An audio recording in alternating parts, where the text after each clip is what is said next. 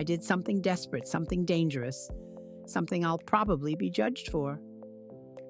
I asked a homeless woman to watch my 4 children, a stranger, living on the street, someone I'd seen exactly once before, digging through trash behind the grocery store. And I left her alone with my babies for 8 hours while I worked the night shift at the hospital. When I came home at 7 a.m., exhausted, terrified of what I'd find, I opened the door and I couldn't speak, couldn't move, couldn't process what I was seeing because everything had changed. But let me back up. Let me explain how a reasonably intelligent 32-year-old mother ended up making such a reckless decision. Let me tell you about the day everything fell apart. If you enjoyed this story, please like, subscribe, and hit the notification bell. It helps others find these stories. My name is Sarah Martinez. I'm 32 years old, single mother of 4, and I'm drowning, not metaphorically. Actually drowning in bills, in responsibilities, in exhaustion so deep I sometimes forget what day it is. I have 4 kids, Emma, 8 years old, Lucas, 6, Sophia, 4, and Miguel, 2. Beautiful children, smart, funny, everything to me. Their father, my ex-husband David, left a year ago. Found a younger woman, no kids, no stretch marks, no responsibility, just freedom and fun. He sends child support sometimes, $200 a month when he remembers, which is about every 3rd month. So I can't count on it, can't budget for it, it's just occasional luck. I work 2 jobs. During the day, I'm a CNA at Seattle General Hospital, certified nursing assistant. I change bedpans, take vitals, help nurses. It's hard work, physical work, but it pays $32,000 a year, which sounds like a lot until you divide it by rent, utilities, food, daycare, insurance, and everything else 4 kids need. At night, 3 times a week, I clean offices for a janitorial company, 11 p.m. to 7 a.m., another $12,000 a year. That's $44,000 total. Still not enough. My rent is $1,500 a month. Utilities, another $300. Food for 5 people, at least $600. Daycare for Miguel and after-school care for the others, $800 a month. Insurance, $200. Gas, car payment, phone, internet, clothes, school supplies, unexpected expenses. I'm always short, always juggling, always deciding which bill to pay late, always terrified one of the kids will get sick because I can't afford another hospital bill. The babysitter, Mrs. Chen, my 62-year-old neighbor, watched the kids when I worked night shifts. I paid her $20 each time, $60 a week. She was a lifesaver, kind, patient, reliable, until Tuesday, that terrible Tuesday in October. I was getting ready for my hospital shift, 3 p.m. to 11 p.m., then I'd come home, sleep 2 hours, and go to my cleaning job. My usual impossible schedule. Mrs. Chen knocked on my door at 5:30 p.m., unusual. She usually just came at 10:45 when I left for cleaning. I opened the door. She looked upset, guilty. "Sarah, I'm so sorry. I can't do this anymore." My stomach dropped. "Can't do what?" "Watch the kids at night. My daughter needs me. She's having surgery next week. I'm moving to Portland to help her recover. I'm leaving Thursday." "Thursday is 2 days from now." "Mrs. Chen, I understand family comes first. But what am I supposed to do? I can't quit my night job. I need the money." "I know. I'm sorry. I should have given you more notice, but my daughter just called today. Emergency surgery. I have to go." Of course you do. Thank you for everything you've done." She left. I closed the door, leaned against it, tried not to panic. 2 days, I had 2 days to find overnight childcare for 4 kids that I could afford. I called every daycare in Seattle. None offered overnight care. Or if they did, it cost $200 a night. I couldn't afford that. That was more than I made from the cleaning job. I called my friends. The few I had left. Most had drifted away after the divorce. Single mothers with 4 kids aren't fun to have at parties. We're tired, we're stressed, we're no fun. The friends who remained? They had their own lives, their own kids, their own problems. No one could commit to watching 4 children 3 nights a week. I called my mother. She lived in Florida. Retired, but she had her own life, her boyfriend, her schedule. Sarah, honey, I can't move to Seattle. You know that. Maybe you could move here. I can't move. I have a job. The kids have school. I can't just uproot everything. Then I don't know what to tell you. You made your choices. You married David. You had 4 kids. Now you have to figure it out. Thanks, Mom. Really helpful. By Tuesday night tonight, I was out of options. Mrs. Chen's last night was tomorrow. After that, nothing. I couldn't quit the cleaning job. Needed the money. Couldn't afford professional overnight care. Couldn't leave the kids alone. Emma was only 8. Couldn't leave her responsible for 3 younger siblings overnight. I sat at my kitchen table after the kids went to bed. Head in hands, crying. Completely lost. What was I going to do? How was I going to survive? That's when I remembered her, the homeless woman. I'd seen her twice before, both times behind the grocery store, digging through the dumpster, looking for food, looking for anything useful. She wasn't like other homeless people I'd seen.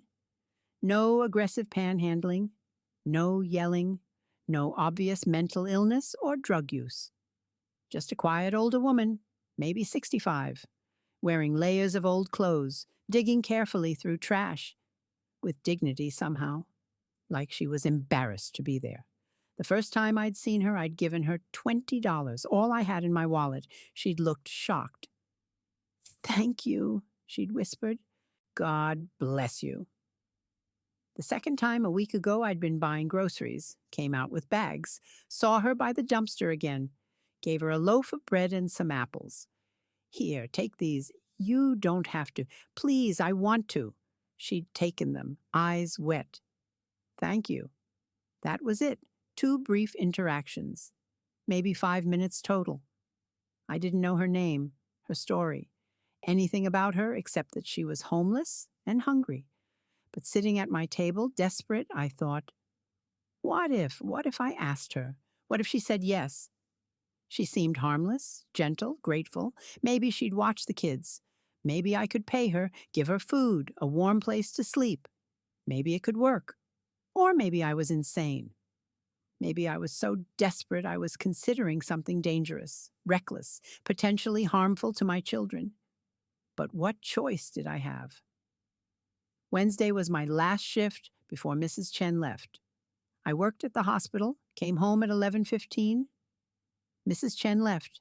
I had 2 hours before my cleaning shift. I couldn't sleep, just thought about tomorrow, about the night shift, with no babysitter, about my impossible situation. Thursday came. My hospital shift was normal.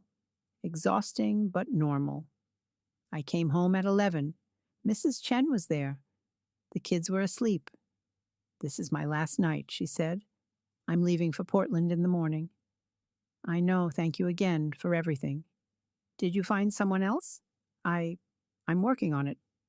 She looked worried. "Sarah, you can't leave them alone. Emma's responsible, but she's only 8. "I know, I'll figure it out." She left, unconvinced, worried, but what could she do? She had her own family to help. I had 2 hours before my cleaning shift, 2 hours to make a decision. I checked on the kids, all sleeping peacefully. Emma in the top bunk, Sophia in the bottom, Lucas in his toddler bed, Miguel in his crib, my babies, my everything. I couldn't leave them alone. Absolutely couldn't. If something happened, a fire, an accident, anything, I'd never forgive myself. But I also couldn't skip work. Couldn't afford to lose this job. Needed every dollar, so I did something crazy, something desperate, something I'll be judged for forever. I left the apartment at 11:30 p.m., drove to the grocery store, parked, walked around back, to the dumpsters. She was there, Same spot, same clothes, digging through trash bags. My heart pounded. This was insane, dangerous, probably illegal. What if she hurt my kids? What if she stole from me? What if I was making the worst mistake of my life? But I approached. She looked up, wary, ready to run. "Hi," I said, voice shaking. I I need help." She stared, silent, waiting for me to tell her to leave, to call police, to harass her. "I'm a single mom, 4 kids. My babysitter just quit. I have to work tonight, 8-hour shift, and I have no one, no family, no friends who can help, no money for emergency daycare." She kept staring. "I know this is crazy. I know you don't know me, but would you watch my kids? Just tonight. I'll pay you $50 and food and a warm place to sleep. Just, please. I'm desperate." Long silence. So long I thought she'd say no. Thought she'd walk away. Thought I'd humiliated myself for nothing. Then, $50? Yes, cash. When I get back in the morning. And food. Whatever you want. Fridge is yours, pantry is yours, eat anything. Another pause. What are their names? Emma, Lucas, Sophia, and Miguel. 8, 6, 4, and 2 years old. She looked at me, really looked, into my eyes, seeing my desperation, my fear, my complete lack of options. "Okay," she said quietly. "I'll do it." I almost cried from relief. "Thank you. Oh my God, thank you." "What's the address?" I told her. "Come now, I'll show you where everything is. Emergency numbers, how to work the locks, everything." We walked to my car. I drove her the 6 blocks to my apartment. The whole time my brain screamed, "What are you doing? You're bringing a homeless stranger to your children. This is insane. This is child endangerment." But I kept driving because I had no choice, because this was survival, because sometimes desperate times require desperate measures. We got to my apartment. I let her in. She looked around, taking in the small space, the worn furniture, the toys everywhere, the chaos of a family barely hanging on. "Bathroom's there," I pointed. "You can shower if you want. Clean towels in the closet. I have extra clothes that might fit. Help yourself." She looked shocked. "You'd let me shower?" "Of course, you're doing me a huge favor. The least I can do is offer basic dignity." Her eyes filled with tears. She looked away quickly.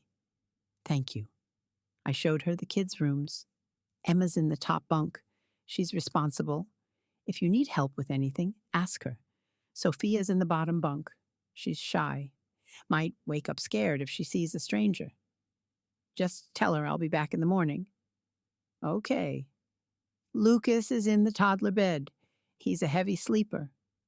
Probably won't wake up. Miguel's in the crib. He sometimes wakes up at 5 a.m. There's formula in the fridge, bottles in the cabinet. He'll drink 6 ounces and probably go back to sleep." She nodded, taking mental notes like a professional.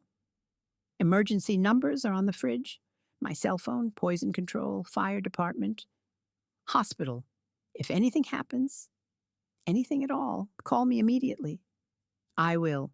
There's leftover spaghetti in the fridge, bread, peanut butter, cereal, milk, juice.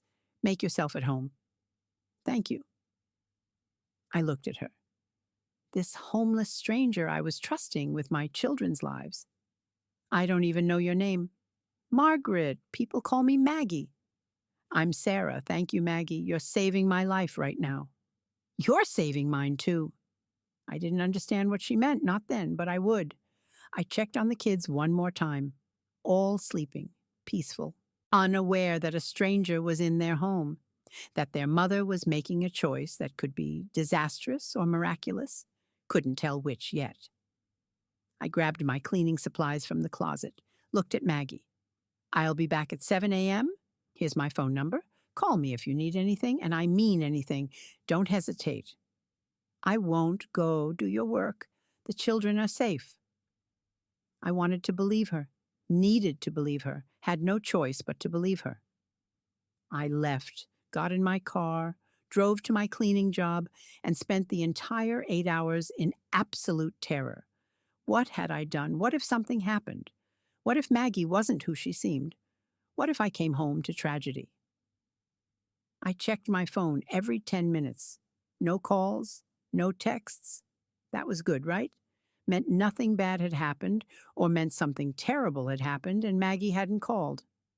I cleaned offices in a fog, vacuumed carpets, emptied trash, wiped down desks, all on autopilot. My mind was at home with my children, with a stranger I'd trusted because I had no other option. At 3 a.m., I couldn't take it anymore. Called my own home, the landline, the one I kept for emergencies. It rang. Once, twice, 3 times. Please answer. Please let everything be okay. Hello? Maggie's voice, quiet, calm. It's Sarah. Is everything okay? Everything's fine. The children are sleeping. I'm in the living room reading one of Emma's books. Everything is peaceful. You're sure? No problems? None, I promise. Go back to work. Don't worry. Easy for her to say. Impossible for me to do, but I thanked her. Hung up. Tried to breathe. The next 4 hours were torture. Slowest hours of my life. I watched the clock. 4 a.m., 5 a.m., 6 a.m., finally 7 a.m. My shift ended. I practically ran to my car. Drove home, breaking every speed limit. Ran up the stairs to my apartment, fumbled with my keys, hands shaking, opened the door and stopped. The smell hit me first. Cleaning supplies? Lemon? Pine? Fresh. The apartment smelled clean. Actually clean for the first time in months. Then the site, living room. Actually clean. Toys organized in bins I didn't even know I had. Floor vacuumed, surfaces wiped, clutter gone, everything in its place. I stood in the doorway, speechless, unable to process what I was seeing. Walked further in, kitchen visible beyond, dishes done. All of them. Counter wiped down, stovetop cleaned, floor swept. No food on the floor, no sticky spots, no mess. I walked to the bedrooms. Kids' room, all four sleeping peacefully. Clean pajamas I didn't remember them having. Hair brushed and braided. Sophia's hair, which was always tangled, hung in perfect French braids. Bathroom. Cleaned, toilet scrubbed, tub wiped down, towels folded, floors mopped. My room, bed made, laundry I'd left in a pile, folded neatly on the dresser, organized by person. Back to the living room. That's where I saw her. Maggie sitting in my old rocking chair, the one Frank and I had bought when Emma was born, the one I hadn't sat in years, just collected junk in the corner. She was clean, had showered, wearing some of my old sweatpants and sweatshirt, hair washed and pulled back, face scrubbed. Without the layers of dirt and street grime, she looked different, human, real. Maybe 65 or 67, still old, still tired, but dignified. Gentle, she was crying, quietly, wiping tears with the back of her hand, reading one of Emma's books, the one about the caterpillar that becomes a butterfly.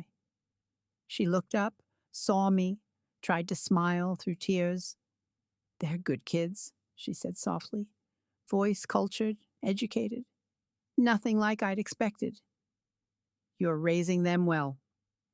I couldn't speak, just stared at my clean home, my sleeping children, this stranger who'd done what I couldn't, what I'd been too exhausted and overwhelmed to do.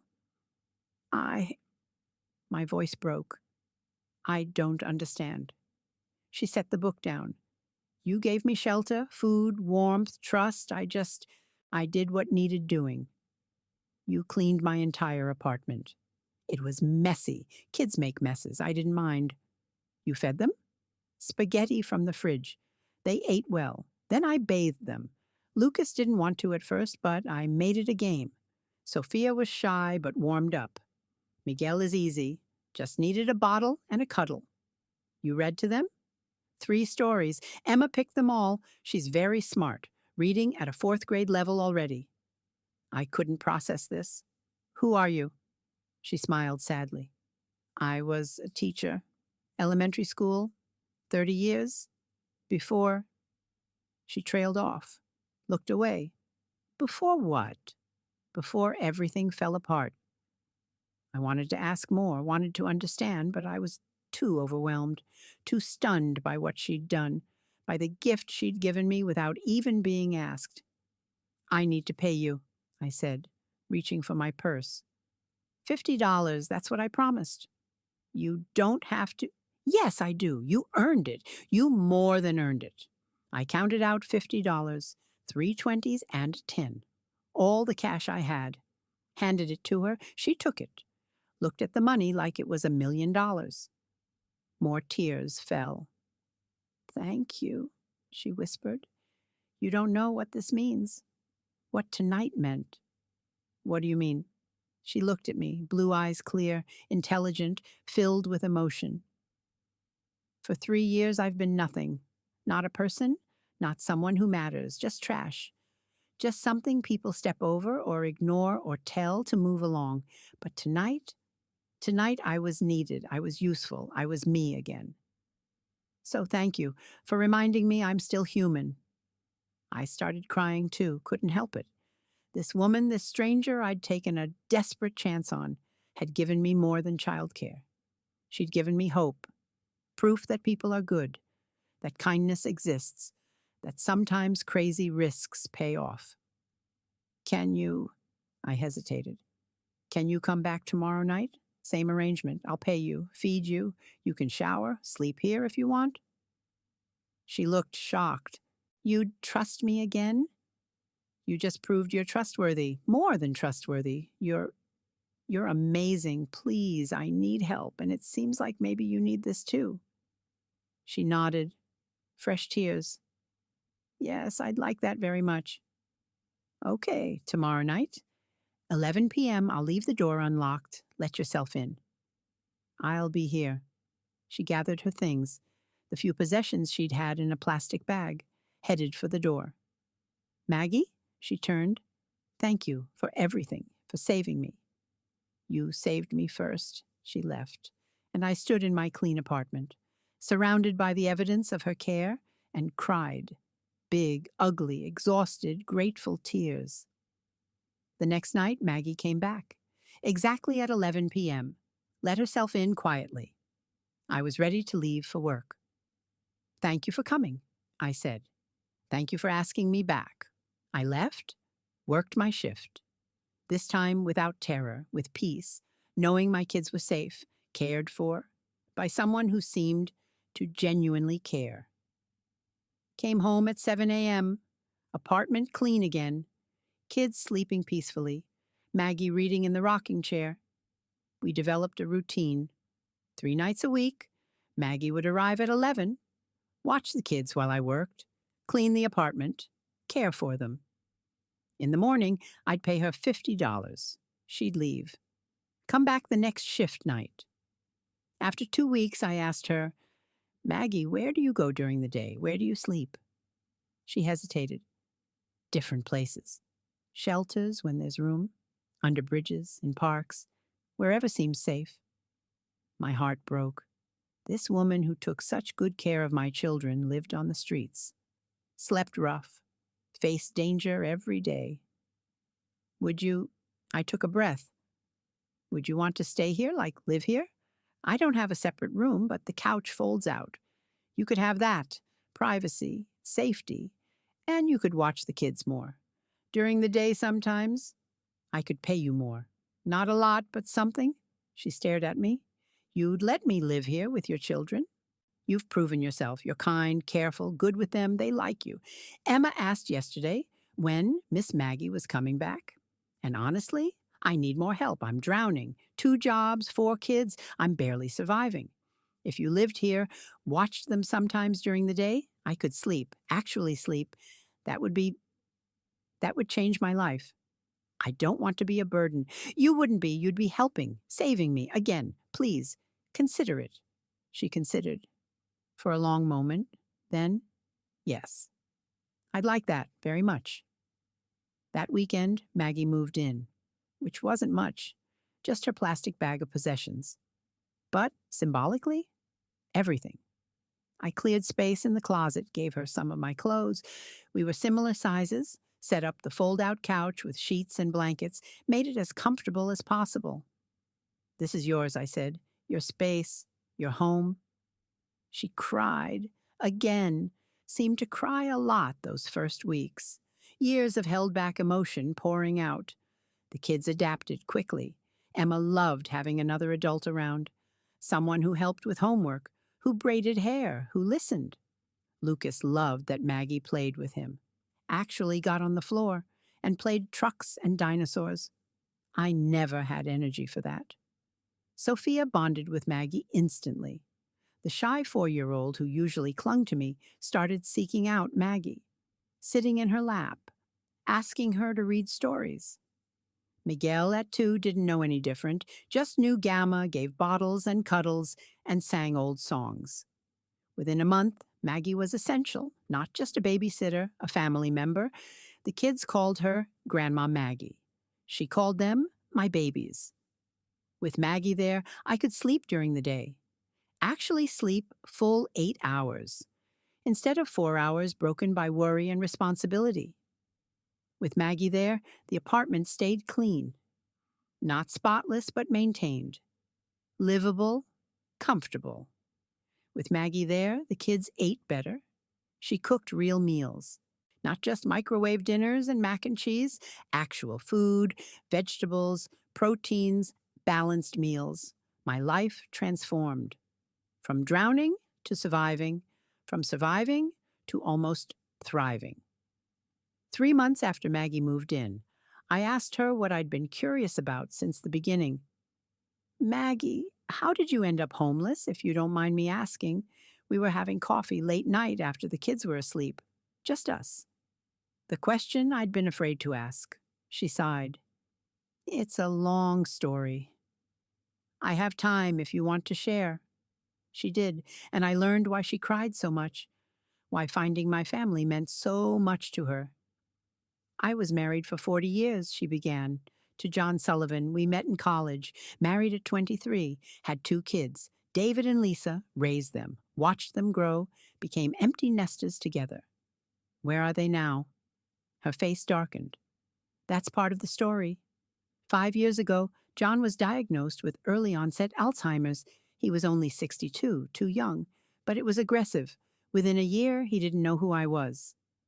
"Oh, Maggie, I'm so sorry." "I quit my teaching job to care for him full time.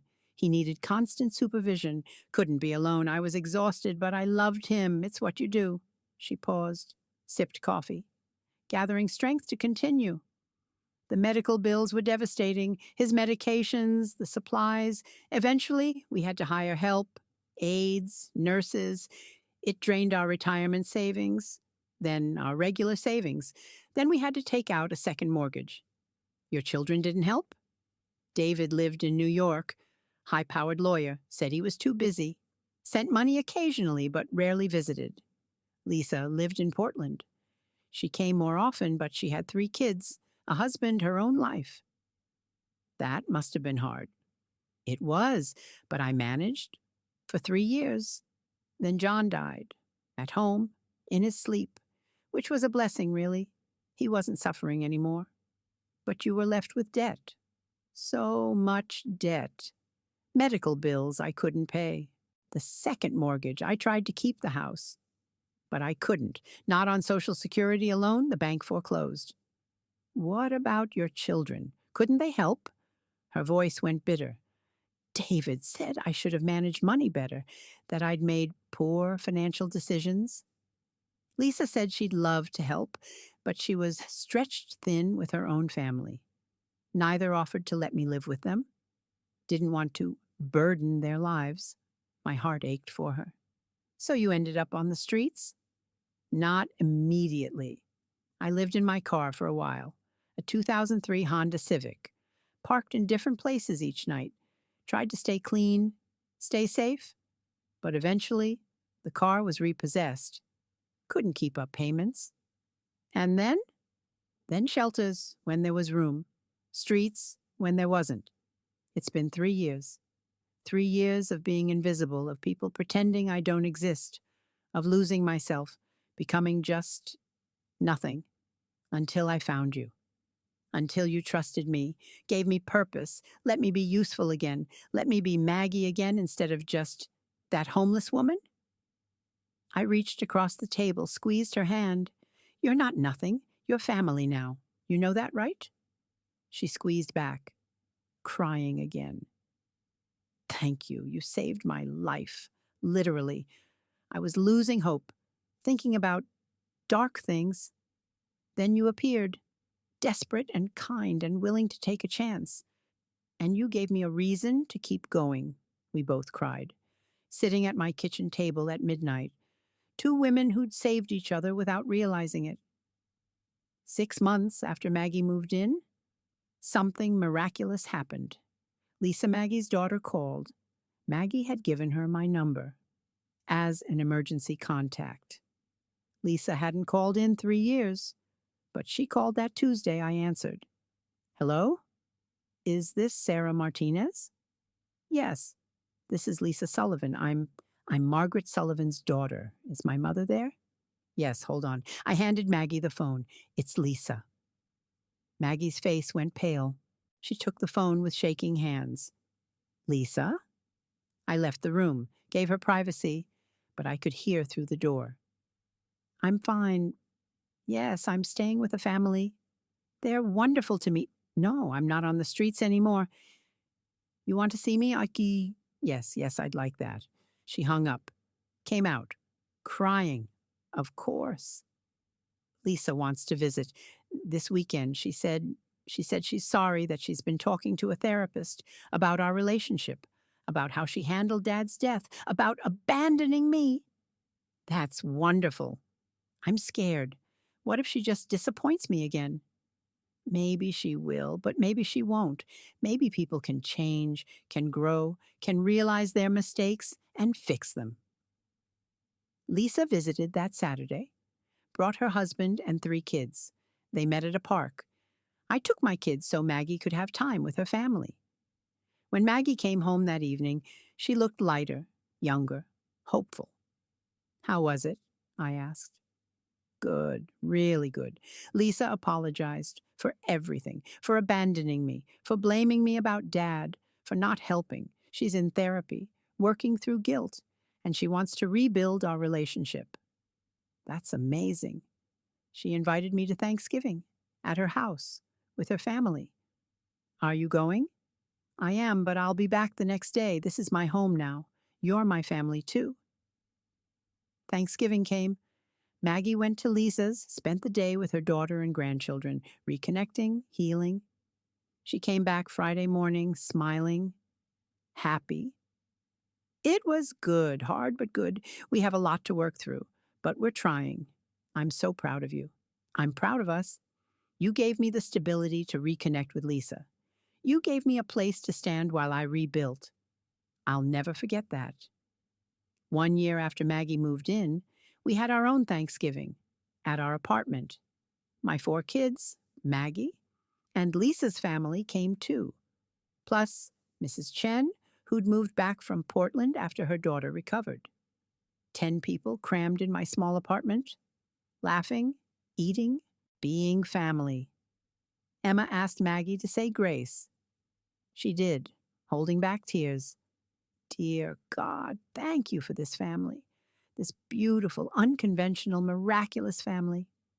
Thank you for Sarah, who took a chance on a homeless stranger, who gave me purpose, home, love. Thank you for these 4 beautiful children who call me Grandma. Thank you for Lisa, who found her way back to me. Thank you for second chances, for redemption, for hope. Amen. Amen, we all echoed.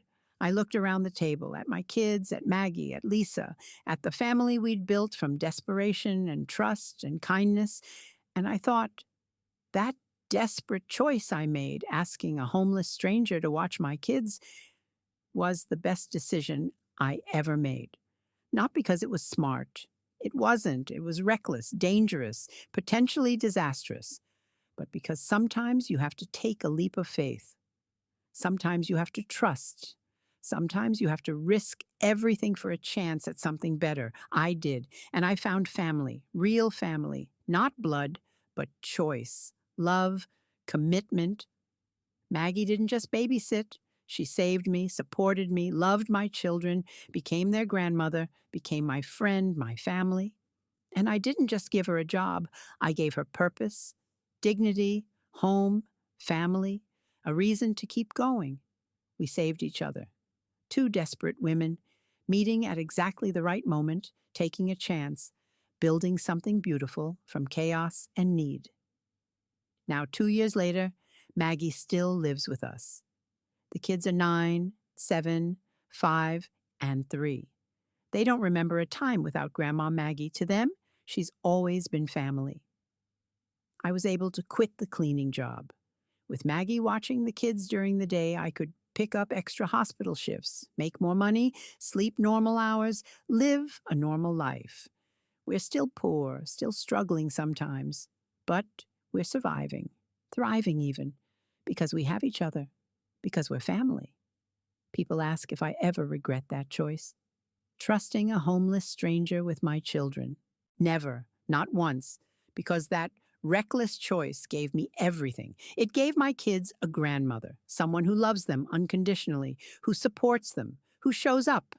It gave me help, support, friendship, someone who has my back, who shares the burden, who understands. And it gave Maggie a second chance at life, at family, at mattering.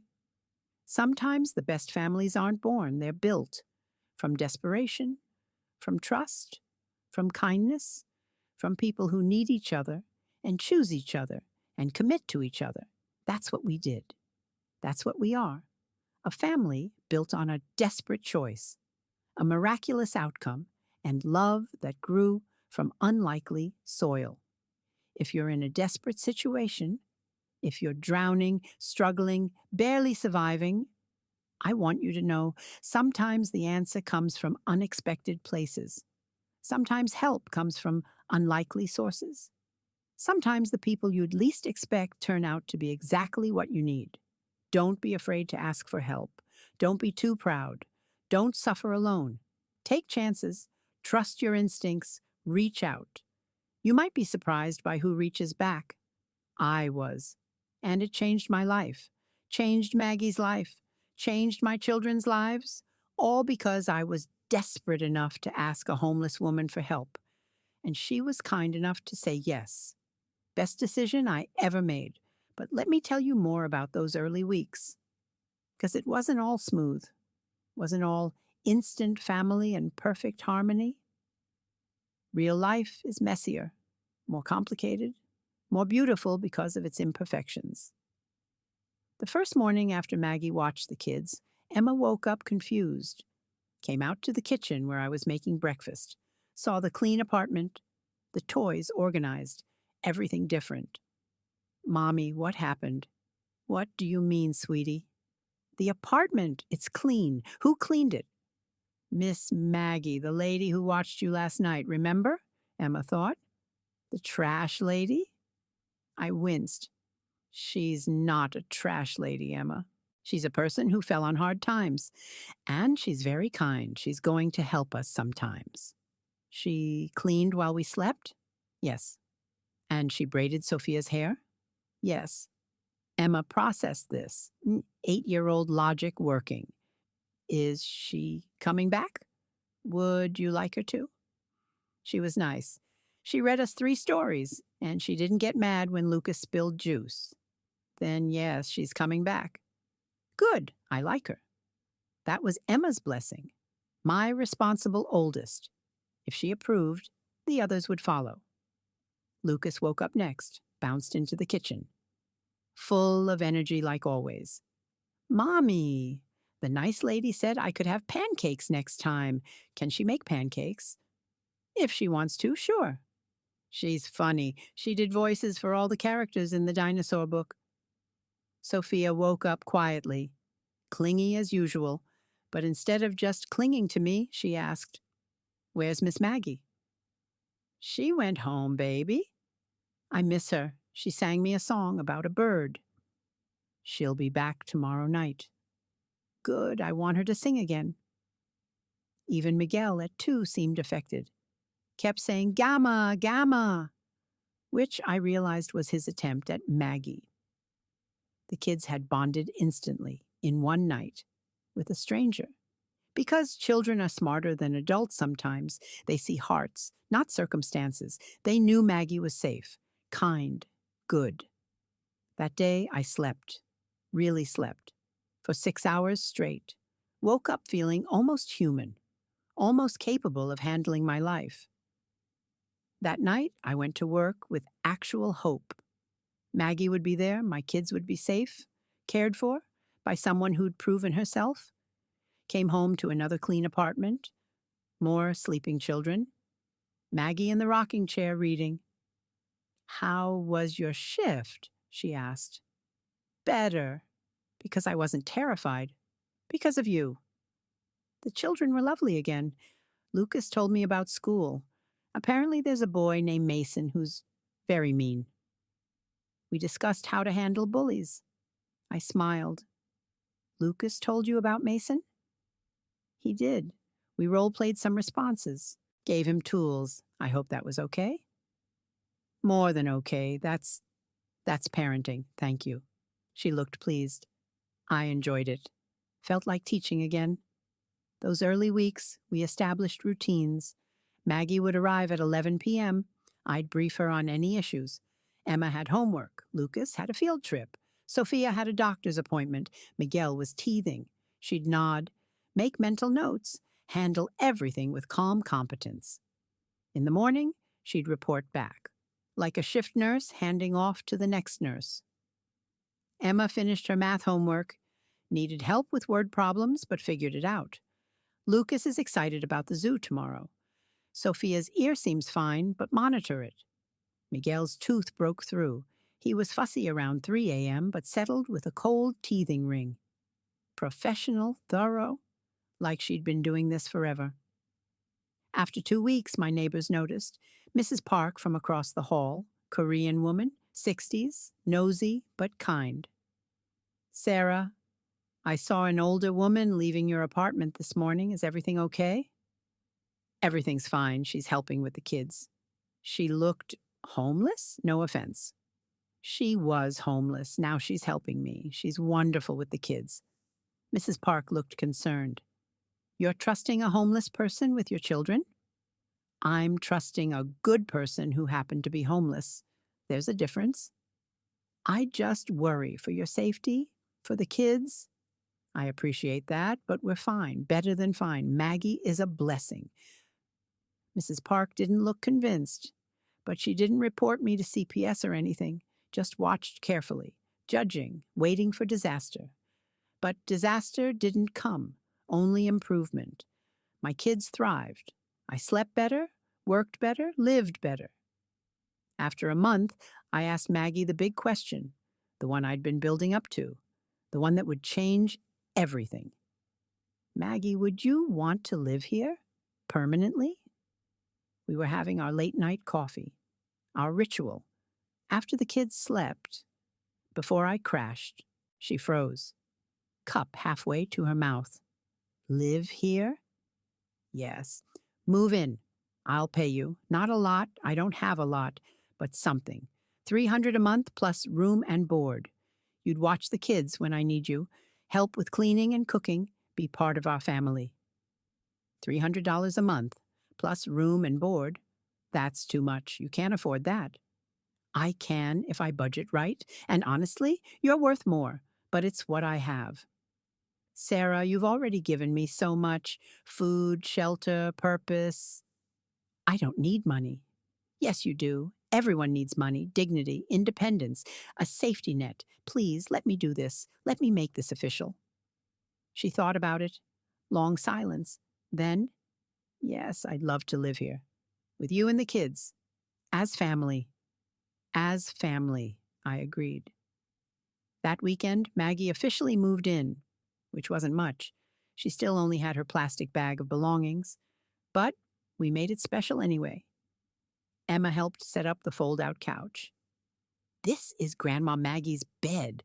We have to make it pretty." They decorated with drawings. Made a welcome home Grandma Maggie sign, put it over the couch. Lucas gave her his favorite stuffed dinosaur. So you're not lonely at night. Sophia made her a bracelet. Beads strung on yarn. So you remember we love you. Miguel just hugged her legs and said, Namaste, Maggie cried. Of course she did. Thank you. This is the nicest thing anyone's done for me in years. You're family now, Emma said seriously. Family stays together. Yes, Maggie agreed. Family stays together. The first month of Maggie living with us was an adjustment. Good adjustment, but still adjustment. She had nightmares sometimes, would wake up gasping, thinking she was back on the streets, back in danger. I'd hear her and come out, sit with her, remind her she was safe. I'm sorry, she'd say. I didn't mean to wake you. Don't apologize. PTSD is real. Trauma takes time to heal. I'm here if you need me. Thank you. I'm not used to being safe. Sometimes my brain forgets. We'd sit together, in the dark, drinking tea, talking about nothing and everything, building trust, building friendship. Maggie had quirks, habits from street life that were hard to break. She hoarded food, not obviously, but I'd find crackers hidden in her pillowcase, cans of soup under the couch, granola bars in her pockets. Maggie, you know you can eat whatever you want, right? You don't have to hide food. She looked embarrassed. I know logically, but 3 years on the streets, you learn to save everything. Never know when you'll eat again. I understand. Keep doing it if you need to. Whatever makes you feel safe. But know that there's always food here. Always. Thank you. I'm trying to trust that. My brain just hasn't caught up yet. She also struggled with boundaries. Didn't know what was okay to touch, to use, to claim as hers. Maggie, you can use the TV. You can take showers whenever you want. You can eat anything in the fridge. This is your home, not just a place you're staying. I don't want to impose.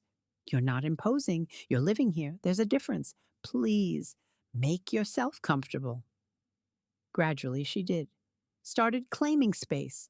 Started acting like this was home, because it was. The kids loved having her there full time. They'd come home from school and daycare and run to her. Grandma Maggie, guess what happened today? She'd listen, really listen, give them attention I didn't have energy for, play with them, help with homework, just be present. Emma especially bonded with her, would sit and talk for hours about school, friends, worries, things she didn't tell me because she knew I was too stressed. Grandma Maggie, why don't I have a daddy? Emma asked one night. I heard from the kitchen, froze, waited to hear how Maggie would handle this. You have a daddy. He just doesn't live here anymore. Sometimes adults stop getting along. It's not your fault. Never your fault. Does he love me? I think he does, in his own way. But sometimes adults don't know how to show love properly. Do you think he'll come back? I don't know, sweetheart, but whether he does or doesn't, you're surrounded by people who love you. Your mom, your siblings, me, that's what matters. You love me so much. You're a special girl, smart, kind, responsible. I'm lucky to know you. Emma came into the kitchen later. Mommy, I'm glad Grandma Maggie lives here. Me too, baby, me too. Lucas bonded differently. Through play, Maggie would get on the floor with him, build towers, race cars, create elaborate dinosaur worlds, things I never had energy or time for.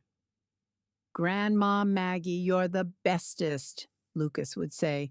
You play the longest. Because playing with you is fun. You have such a good imagination. Will you play dinosaurs again tomorrow? Absolutely. Every day if you want. Sophia's bond was quieter. She'd sit in Maggie's lap for hours, not talking, just being held, feeling safe. Maggie would stroke her hair, hum old songs, give her the gentle attention Sophia craved. You remind me of my Lisa, Maggie told her once. She was shy like you, Needed lots of cuddles. You're both precious. I love you, Grandma Maggie, Sophia whispered. I love you too, sweet girl. Miguel was easiest. At 2, he just knew Gamma was safe. Warm, gave bottles and snacks and cuddles. He'd toddle to her constantly, arms up, wanting to be held. Gamma, up! She'd scoop him up, kiss his head. There's my boy. What do you need? Cookie? Did you eat your lunch? Yes. Then yes, you can have a cookie. Simple. Loving. Exactly what a toddler needs. With Maggie there, I could breathe, could work without guilt, could sleep without fear, could live instead of just survive. My hospital colleagues noticed. Sarah, you look different, rested. What changed? I got help. Someone moved in to help with the kids. Family? Better? Chosen family. I didn't tell them the full story. Didn't mention homeless, didn't want judgment. Just let them think I had a relative helping. Easier that way. But my boss, Linda, the head nurse, pulled me aside. Sarah, I don't know what changed, but keep doing it. You're more focused, more present, better with patience. Whatever you're doing is working. Thank you. I'm just less exhausted. Can actually sleep now. Good. You're a great CNA. Hate to lose you to burnout. Keep taking care of yourself. With Maggie's help, I could. Could take care of myself. Could be a better employee, better mother, better human. 3 months in, the financial arrangement was working. I paid Maggie $300 a month. Cash. On the first. Like a real job. With dignity. She cried the first time. You're really paying me like I'm worth something. You are worth something. You're invaluable. This doesn't even cover what you do, but it's what I have. It's more than I've had in 3 years. Thank you. She saved most of it. Didn't spend much. After years of having nothing, she was careful, frugal, appreciative of everything. One day she surprised me. Came home with bags from Goodwill. I bought clothes, real clothes, not just what you give me. I wanted to contribute, to buy my own things. She showed me simple pieces, jeans, sweaters, practical shoes. Nothing fancy, but hers, bought with her money, with her dignity. You look happy, I observed. I am. It's stupid, just clothes. But they're mine. I earned the money. I chose them. I'm not a charity case. I'm a person with a job and income and choice. It's not stupid. It's important. I'm proud of you. I'm proud of me, too. Around month 4, Maggie started talking about her past more, opening up, processing trauma, healing. We'd have these late-night conversations after the kids slept, before I crashed, just 2 women, sharing stories, building deeper connection. I miss teaching, she said one night. I was good at it, really good. The kids loved me. Parents requested me. I won Teacher of the Year twice. You're still teaching, just in a different way. My kids are learning from you every day. It's not the same. I miss the classroom, the structure, the official purpose. What if you went back, got certified again, taught again? She looked wistful. I'd need to pass tests, update my credentials. I've been out 5 years, and I'm 67. Who's going to hire a 67-year-old teacher? Someone who recognizes quality, experience, wisdom. Don't count yourself out. Maybe, someday, when I'm more stable, more me. You're already you, you're just rediscovering who that is. She smiled. Wise words from a 32-year-old. I'm old beyond my years. Single parenting will do that. We laughed. Easy laughter, comfortable friendship. The kind that develops between people who truly see each other. Month 5 brought Thanksgiving, my favorite holiday, but usually stressful. Cooking for 5 on a tight budget, making it special while exhausted. This year was different. Maggie helped, actually helped. Not just watched kids, but actively cooked, planned, prepared. Let me make the turkey, she offered. I have a recipe my mother used. It's delicious. You don't have to. I want to. Please, let me contribute. Let me make this special for you and the kids. I let her, and she did. Made an incredible Thanksgiving dinner. Turkey, stuffing, mashed potatoes, green beans, cranberry sauce, pumpkin pie, everything from scratch, everything perfect, everything made with love. The kids were amazed. Grandma Maggie, this is the best food ever. Better than Mommy's mac and cheese? I teased. Different, Lucas said diplomatically. Both are good. We laughed. All of us. Sitting around my small table, crammed in, happy, together, family. Let's go around and say what we're thankful for, Maggie suggested. Emma started. I'm thankful for Grandma Maggie and Mommy and my family.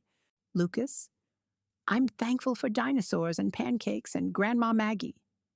Sophia, quietly, I'm thankful for hugs. Miguel, turkey, which made everyone laugh. My turn. I'm thankful for all of you, for this family, for surviving, for thriving, for finding each other. Maggie went last, tears already falling. Of course. I'm thankful for second chances, for Sarah trusting me, for these 4 beautiful children accepting me, for having a home, a purpose, a family. 6 months ago, I'd given up, thought about ending it, thought I had nothing left to live for. Now I have everything. Thank you, all of you, for saving my life. We all cried then, even Lucas, even Miguel, who didn't understand but felt the emotion. Group hug, Emma declared. We hugged, all 6 of us, tight, long, feeling the love, feeling the gratitude, feeling the miracle of found family. That night, after the kids were in bed, Maggie and I cleaned up together, washing dishes, putting away leftovers. Comfortable silence. Today was perfect, she said. It was. Thank you for making it special. Thank you for including me, for making me part of your Thanksgiving, your family. You're not just part of our family, you are our family, always will be. She hugged me tight. I love you, Sarah, like a daughter. You know that? I hugged back. I love you too, like the mother I wish I had. We stayed like that. 2 women, 2 broken women who'd found each other, who'd saved each other, who'd built something beautiful from desperation and trust. Month 6 brought Lisa back, Maggie's daughter, the one who'd abandoned her, cut her off, let her become homeless. Maggie was terrified. What if she disappoints me again? What if this is temporary? What if she's just feeling guilty? Maybe she is feeling guilty. That's okay. Guilt can be productive, can lead to change. Give her a chance. See what happens. Lisa came on a Saturday, drove from Portland, brought her husband Jason and 3 kids, Maggie's grandchildren, ages 10, 8, and 5. They met at a nearby park. I took my kids to give them space, but stayed close, in case Maggie needed me. I watched from a distance, saw Lisa approach nervously, saw Maggie stand, saw them stare at each other, years of hurt between them. Then Lisa spoke. I couldn't hear words, but I saw her crying, saw her mouth, I'm sorry over and over, saw Maggie crying too, saw them hug, long, tight, healing hug, beginning again hug. Lisa's family approached. Kids cautious, curious, seeing their grandmother for the first time in years. Kids, this is Grandma Maggie, Lisa said. She's wonderful. And I was wrong to keep you from her. I'm sorry. The kids warmed up quickly. Kids always do. Soon they were showing her things, telling her stories, acting like they'd known her forever. By the end, Maggie looked lighter, younger, hopeful. When she came home that evening, she was glowing. It was good, really good. Lisa's been in therapy, working through our issues. She realizes what she did, how she hurt me. She wants to fix it. That's wonderful. She invited me to Thanksgiving at her house with her family. Are you going? I am, but I'm coming back here the next day. This is my home. You're my family too. Always, but I'm glad you're reconnecting with Lisa. You deserve that. Deserve all the family you can get.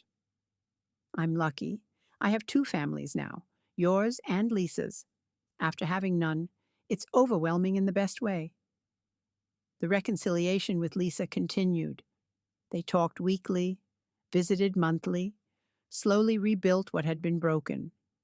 It wasn't perfect. There was still hurt, still work to do. But they were trying, and that mattered. David Maggie's son remained absent, wouldn't talk to her, still blamed her for his father's medical debt, still refused to acknowledge his abandonment. That hurt Maggie. I raised him, loved him, did everything right, and he won't even speak to me. Some people can't face their guilt, can't admit they were wrong. He might come around someday, or he might not, but that's his loss, not yours. I know logically, but emotionally, it still hurts. Of course it does. He's your son. But you can't force a relationship. You can only control your part. And you've done everything right. She nodded, trying to believe it, trying to let go of the one child who refused to return. Meanwhile, my kids filled that void, called her grandma, loved her unconditionally, gave her the family love David refused. 1 year after Maggie moved in, we celebrated, anniversary of her joining our family. The kids made cards, drew pictures, wrote messages. Emma's, "Dear Grandma Maggie, thank you for being our family. You're the best grandma ever. Love, Emma." Lucas's, "Dear Grandma Maggie, you play dinosaurs good. Love, Lucas," with a drawing of a T-Rex. Sophia's, "I love you, Grandma Maggie," with hearts and flowers. Miguel couldn't write yet, but he drew scribbles and kisses. Maggie cried reading them. "These are precious. I'll keep them forever." "We love you," Emma said. "You're not temporary, you're permanent. Right, Mommy?" "Right. Grandma Maggie is family forever." "Forever," Maggie agreed. "I'm not going anywhere. This is home." And it was, for all of us. The apartment where we'd built something impossible, something beautiful, something real. Now, 2 years later, Maggie is 70. The kids are 9, 7, 5, and 3. We're still in the same small apartment, still struggling financially sometimes, but surviving, thriving, together. Maggie watches the kids during the day when needed. I dropped the cleaning job. With her help, I could. Picked up more hospital shifts instead. Better money, better hours, better life. We split household duties. She cooks, I clean. She helps with homework. I do bedtime. We parent together, equal partners, family. The kids don't remember a time without her. To them, she's always been grandma, always been family, always been home. Lisa visits regularly, 4 times a year, bringing her family, building relationship, healing wounds, making progress. David still hasn't called. Maggie's made peace with that. I can't force him, can only control myself. And I choose to be happy, choose to focus on the family I have, not the family I've lost. Wise words. Words I try to remember when I think about David, my ex-husband, their father who abandoned them. He's still barely in their lives, still sends sporadic child support, still makes promises he doesn't keep. The kids barely mention him anymore, but they have Maggie, they have stability, love, consistency, a grandmother who shows up, who keeps promises, who's there. That's what matters. People still judge sometimes. Mrs. Park never fully approved. "It's unusual," she says, "non-traditional." "All families are non-traditional now," I reply. "Traditional is a myth. What matters is love, commitment, showing up." And we do. All of us, every day, showing up for each other, choosing each other, being family. That desperate choice I made 2 years ago, asking a homeless stranger for help, was the best decision I ever made. Not because it was smart, it wasn't. It was reckless, dangerous, could have ended in tragedy, but it ended in family, in love, in mutual saving, in 2 broken women and 4 children building something beautiful from nothing. Maggie saved my life, gave me support, help, partnership, friendship, family. I saved her life, gave her purpose, home, dignity, love, family. We saved each other and built something neither of us could have built alone. That's what family is. Not blood, not tradition, not what society expects, but choice, love, commitment, showing up every day for each other. That's what we have. That's what we are. That's what we'll always be. A family built on desperation, trust, kindness, and love that grew from the unlikeliest of places. And I wouldn't change a thing. Let me share a few more moments. Specific memories that capture what this family means. What Maggie means to us. Christmas of year one. Our first Christmas with Maggie living with us. I'd always struggled to make Christmas special. Limited budget, limited time, limited energy. Usually bought small gifts, made simple dinner, tried my best, but never quite enough. This Christmas was different. Maggie helped. Not just helped, transformed it. She made cookies with the kids, decorated them, flour everywhere, frosting on faces, laughter filling the apartment. I came home from work to find them covered in sugar and joy. "Mommy, look, we made snowman cookies." Lucas held up a lumpy creation. Grandma Maggie showed us how. She'd also helped them make gifts. For me, for each other. Handmade ornaments, clay handprints, drawings framed with popsicle sticks. Things that cost nothing but meant everything. Christmas morning, the kids woke up excited. Not because of presents, we still didn't have much, but because we were together. Because Maggie had made it magical. She'd stayed up late, strung popcorn garland, made paper snowflakes, decorated our small tree with handmade ornaments, created magic from scraps. "Grandma Maggie, did Santa come?" Miguel asked at 5 a.m. "Let's go see," she said, even though she'd been up until 2 making it happen. Small gifts, practical things, socks, coloring books, small toys from the dollar store. Not much, but wrapped beautifully, with love notes Maggie had written for each child. Emma's, "To my smart girl who reads so beautifully. Love, Grandma Maggie." Lucas's, "To my dinosaur expert who makes me laugh every day. Love, Grandma Maggie." On Sophia's, "To my sweet girl with the gentle heart. Love, Grandma Maggie." Miguel's, "To my curious boy who gives the best hugs. Love, Grandma Maggie." The kids treasured those notes more than the gifts, kept them in special boxes, read them when they were sad. That Christmas, sitting in our small apartment, eating Maggie's homemade feast, surrounded by handmade decorations and children's laughter, I felt rich, genuinely rich, not in money, in love, in family, in joy. "This is the best Christmas ever," Emma declared. And it was, because of Maggie, because of love, because of what we'd built together. Another memory, Miguel's 3rd birthday, 2 months ago. Small party, just us, some neighbors. Mrs. Chen, Lisa and her family drove down. Maggie made the cake. From scratch. Chocolate with chocolate frosting, Miguel's favorite. Decorated with little cars because he was obsessed with cars. But more than the cake, more than the party. I remember the moment Miguel blew out his candles, 3 years old, making a wish. "What did you wish for?" Lucas asked. "Can't tell, won't come true. But I want to know." Miguel looked at Maggie. "I wished Gamma stays forever." Everyone went quiet, looking at this little boy. This 3-year-old who'd never known life without Maggie, who couldn't imagine it. Maggie started crying. "Of course. I'm not going anywhere, mi amor. This is my home. You're my family forever. Promise. I promise." He hugged her, sticky with chocolate frosting, pure joy, pure love, pure certainty that his grandmother would always be there.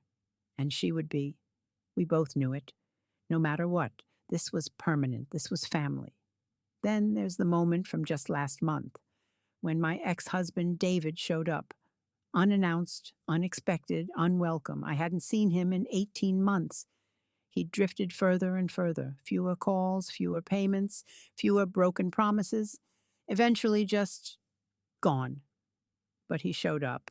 On a Tuesday evening, knocked on the door, looking good, dressed well, successful, like abandoning his family had worked out great for him. Sarah, hi. David, what do you want? To see my kids. Can I come in? I wanted to say no, but they were his kids, legally, biologically, even if he'd been a terrible father. Fine, but you're not staying long. He came in, looked around, saw the kids playing, saw Maggie helping Emma with homework. Who's that? He asked. That's Maggie. She lives here, helps with the kids. Lives here? Sarah, you're letting a stranger live with our children? Our children. Like he had any right to say that. Like he'd been involved at all. She's not a stranger. She's family. More family than you've been. He looked offended. I'm their father. Biology doesn't make you a father. Showing up does. Being there does. Loving them does, which you haven't done. I send money. Sometimes. Every third month, maybe. $200, which doesn't even cover one kid's food for a month. I do my best. No, you don't. Your best would be being here, calling, visiting, keeping promises. You've done none of that. The kids noticed him then. Emma looked confused. Daddy. Hi, Emma. Hi, guys. Lucas and Sophia stared. Miguel didn't even recognize him. Why would he? David hadn't been around since Miguel was one. Kids, say hi to your father, I said, not wanting them to be rude, but not pretending this was a normal visit. Hi, Emma said uncertainly. Lucas and Sophia mumbled hellos. Miguel hid behind Maggie's legs. Gamma, who's that man? That hurt David. I could see it. His youngest didn't know him, didn't recognize him, saw him as a stranger. That's your daddy, Maggie said gently. He came to visit. Don't want him. Want Gamma. I'm right here, sweet boy. I'm not leaving. David's face hardened. Sarah, can we talk? Privately? We went to my bedroom, closed the door. What do you want, David? I want to be in their lives. I've been getting my life together. New job, better money. I want to help. Want to be a real father. You're 18 months too late. I know, and I'm sorry, but I'm here now. Trying. Doesn't that count? Trying once doesn't erase 18 months of absence, or the year before that of minimal effort. So what? I'm just supposed to give up? Never try again? I'm saying you can't walk in and expect everything to be fine. You have to earn it. Show up. Consistently. Not once. Not when it's convenient, but actually show up. I'm trying to. Then prove it. Start paying child support. Every month. On time. Start calling. Every week. Start visiting. Regularly. Build trust. Build relationship. But don't expect them to just accept you because you're biologically related. They don't know you. You're a stranger to them. Because you turned them against me. No, you did that yourself. By leaving. By not showing up. By choosing your new life over them. I never badmouthed you. Never told them you were a bad father. I just didn't make excuses for you anymore. And they noticed. Kids always notice. He had no response to that. Because it was true. And he knew it. That woman, he said, changing subject. Maggie, what's her deal? She's none of your business. She lives with my kids. That makes it my business. Your kids? David, you've seen them twice in 18 months. You don't get to claim ownership now. I'm still their father. I have rights. And you'll have supervised visitation if you try to make this legal. Want to go that route? Want a judge to see your payment history, your absence, your complete lack of involvement? Go ahead. I'll see you in court. He backed down, knew he'd lose. I'm not trying to fight. I'm trying to connect. Then connect. But respect the family we've built. Respect that Maggie is part of that family, that she's been here, showed up, did the work you didn't do. She's a stranger. She was. Now she's grandma. Now she's the person who reads bedtime stories, who makes school lunches, who shows up to school plays, who loves them consistently, reliably, which is more than you've done. He left shortly after. Didn't stay long. Promised to come back, to be better, to try harder. He hasn't been back. That was a month ago. No calls, no visits, no child support, just empty promises, like always. But the kids were okay, because they had Maggie, had stability, had consistent love. Is Daddy coming back? Emma asked after he left. I don't know, sweetie. Maybe. Do you want him to? Honest question. Deserved honest answer. Part of me does, for you guys. Having a father would be good, but only if he actually shows up, if he's consistent, if he loves you well. Grandma Maggie loves us well. Yes, she does. Then we're okay, even if Daddy doesn't come back. Yes, we're okay. And we were. Because of Maggie, because of the family we'd chosen, built, committed to. Last week was Maggie's 70th birthday. Big milestone we celebrated properly, not fancy, but meaningful. I took the day off work. The kids and I planned everything: decorations, cake, presents, surprises. Maggie woke up to "Happy Birthday, Grandma Maggie," shouted by 4 children jumping on her fold-out couch.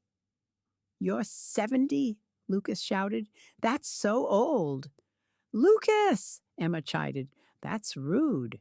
It's okay, Maggie laughed. 70 is old, but it's a good old, a grateful old. We made her birthday breakfast. Well, the kids helped, which meant mostly making messes, but Maggie loved it. Loved the chaos, the laughter, the attention, burnt pancakes, soggy bacon, over-salted eggs. It's perfect, she declared. Best breakfast ever. That afternoon, Lisa came, drove from Portland, brought her family, brought balloons and gifts and love. Happy birthday, Mom, Lisa said, hugging her. 70 looks good on you. Feels good, too. Better than 67 did. I'm glad you're here, that you're okay, that we're okay. Me too, sweetheart. We had cake, chocolate with white frosting. Happy 70th birthday, Grandma Maggie, written in wobbly kid letters. Maggie cried, blowing out candles. Thank you, all of you. 3 years ago, I thought I'd never see 70. Thought I'd die on the streets, alone, forgotten. But here I am, surrounded by family, by love, by joy. Thank you for giving me a reason to keep living. We love you, Emma said simply. You're our grandma forever. Forever, Maggie agreed. That night, after everyone left, after kids were in bed, Maggie and I sat on the couch, her fold-out couch. That had become her home. Best birthday I've had in years, she said.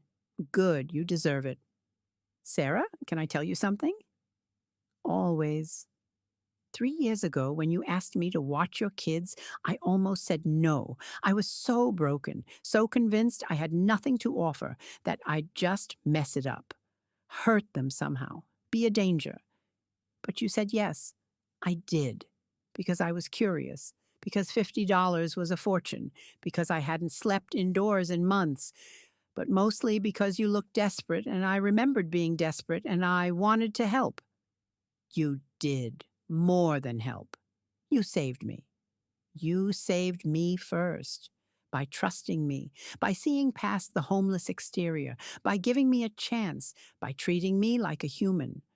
That night, that first night, when you let me shower, gave me clean clothes, told me to eat whatever I wanted. That was the first time in 3 years someone treated me with basic dignity, basic kindness. Do you know what that did for me? Told me. It reminded me I was human, that I mattered, that I could still contribute, could still be useful, could still be loved. Without that night, I wouldn't have survived much longer. I was planning my exit. From life. From everything. You stopped that. You saved my life. I hadn't known that. Hadn't known she'd been that close to the edge. Maggie, I'm not telling you this to make you feel guilty or responsible. I'm telling you so you understand. That choice you made, the reckless choice, everyone judged it, didn't just help you. It saved me, literally, completely. You gave me purpose, home, family, reasons to live. So thank you for being desperate enough to ask, for being brave enough to trust, for being kind enough to see me. We both cried, holding hands. Two women who'd found each other at exactly the right moment, who'd saved each other in exactly the right way. I love you, I said. You're not just my kid's grandmother. You're my family too. My chosen mother, my friend, my sister, my support, my everything. I love you too. You're the daughter I always wanted, the family I thought I'd lost, the home I thought I'd never have again. Thank you for everything. We sat in comfortable silence, holding hands, being family, being grateful. Now, 2 years in, I want to speak directly to anyone reading this, anyone in a desperate situation, anyone struggling, anyone drowning, anyone considering something reckless or crazy or dangerous because they're out of options. I did something reckless. I asked a homeless stranger to watch my children. By all logical standards, this should have ended badly.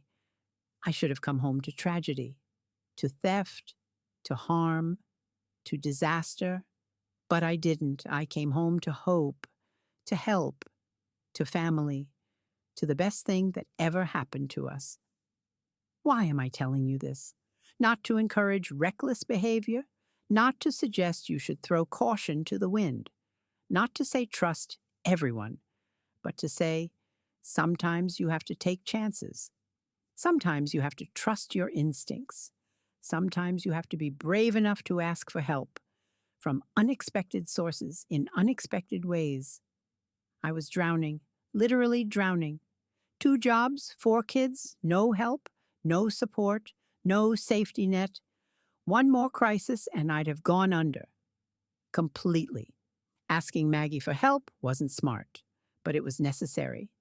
It was survival. It was desperation turning into action, and it worked.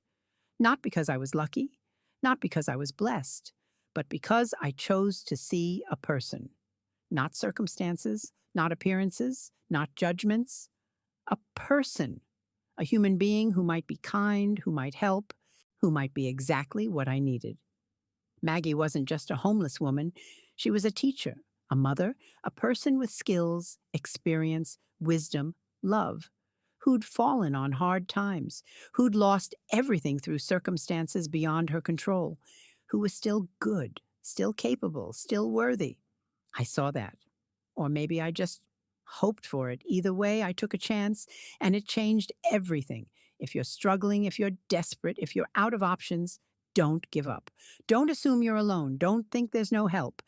Help comes from unexpected places, from unlikely sources, from people you'd never imagine. Ask, reach out, take chances, trust your instincts, see people, not circumstances, not appearances, not judgments, people. You might be surprised who helps, who shows up, who saves you. I was. Maggie saved me. And I'd like to think I saved her.